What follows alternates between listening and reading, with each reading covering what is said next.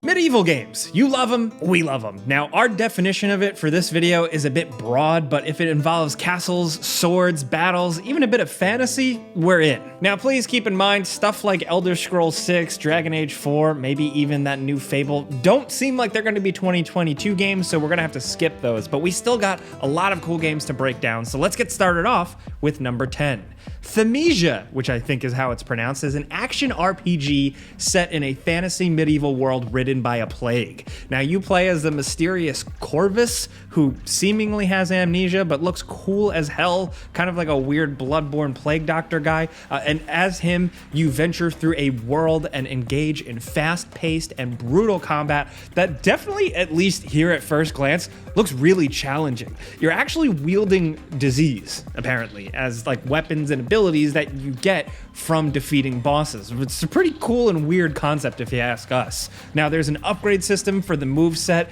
and for your weapons, and it seems like you might end up getting faster and faster. This game just looks promising. It looks pretty, it's gross and creepy, and intense on the gameplay front. Now, it doesn't have an exact date yet, but it is slated as coming soon.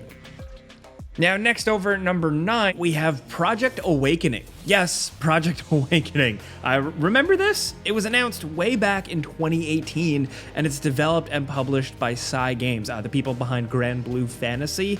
Now, this game made waves when it was announced because it was positioned as a high-end PS4 game with influences like Dragon's Dogma and Monster Hunter.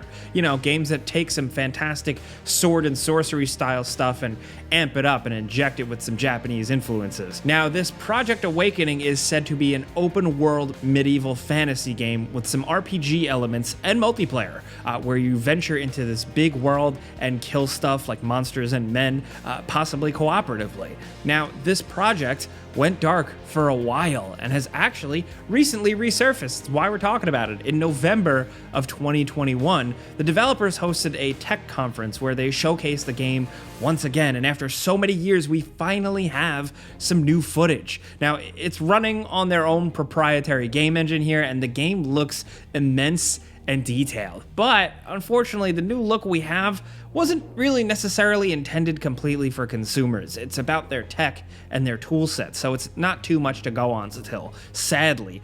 But we know, once again, that it exists and that seemingly it is still being worked on, so we think that's a plus. There's a reason why people stuck with thinking about this one, though. That initial debut trailer was so cool and so promising. We're really hoping we see this in 2022, presumably on PS5.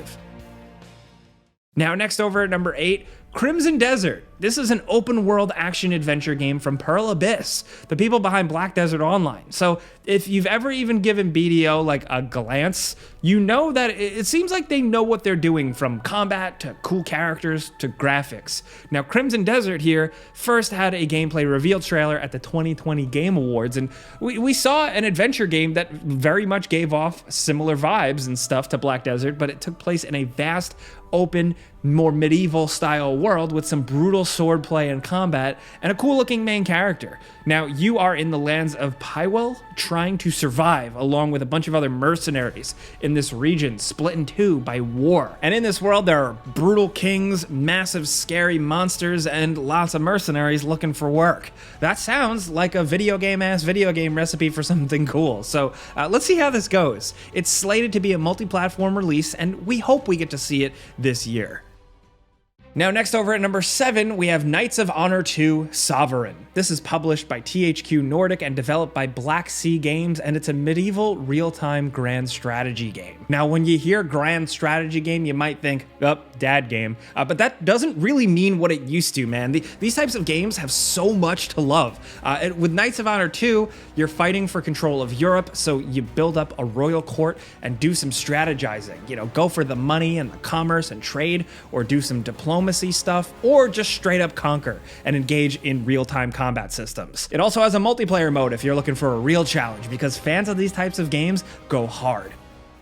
Now, next over at number 6, Manor Lords. It's a strictly PC medieval strategy game that has all the large-scale tactical battles in the fields with all the soldiers and the formations and all that stuff, but it also brings in some complex and realistic city building. Not only is the game very nice looking, clearly, but it also seems slickly designed. The game emphasizes the convenience of changing battle formations with the drag of a mouse, and also just quickly and conveniently sketching out roads and walls with a snap-together system. Apparently, all of the growing and building is based around an in-game economy, heavily relying on trade routes and settlement agreements, which I guess is where a lot of the conflict is going to come from. The game will feature weather systems, different seasons, famine, disease, danger. It's really ambitious. It's straight up hand-built by a solo developer, and they are open to feedback, according to the Steam Early Access page. We really hope this thing meets its ambitions. We expect to see more of Manor Lords very soon. Now, next over at number 5, we have A Plague Tale: Requiem. This is the sequel to one of my favorite games the year it released. A Plague Tale, the original, was an incredible story set in a medieval world ridden by a plague that kind of goes a little bit over the top, a little fantastical, with horrific swarms of deadly rats and dead people and just misery everywhere. It was a really grimy, gross game that also had moments of just sheer beauty and raw emotion, and the next game really is probably going to take that even further, with the characters aging up a little bit, with Mesia, the main character, being more of a badass and seemingly more capable of combat. Considering the last game didn't really emphasize too much combat, we might see more of it here, but also a really interesting and beautiful new setting. Some returning characters recognized from the trailer, and also some new characters.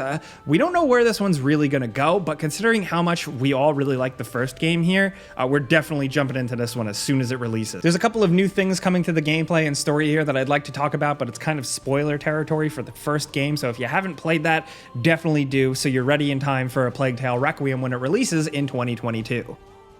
Next, over at number 4, we have Diplomacy is Not an Option. Now, not only does this game have a cool name, but also just a cool concept. You play as this minor lord, and like the name suggests, diplomacy is not an option. So the focus here is on warfare and defending your castles and your areas. Not only are you battling and defending your walls from all sorts of attackers and ballistas and trebuchets, you also have to worry about keeping your soldiers fed and healthy, the dead carted away to avoid disease, and keeping the homes behind the walls safe. There's resources to manage, an economy to engage in, and as you get more powerful, you can slaughter dudes with all kinds of cool weapons and tech, including magic. This game just dropped in early access, and there was a demo available, so check it out, especially if you're looking for something with a bit more of a fun, simple art style. Next, over at number 3, we have Total War Warhammer III.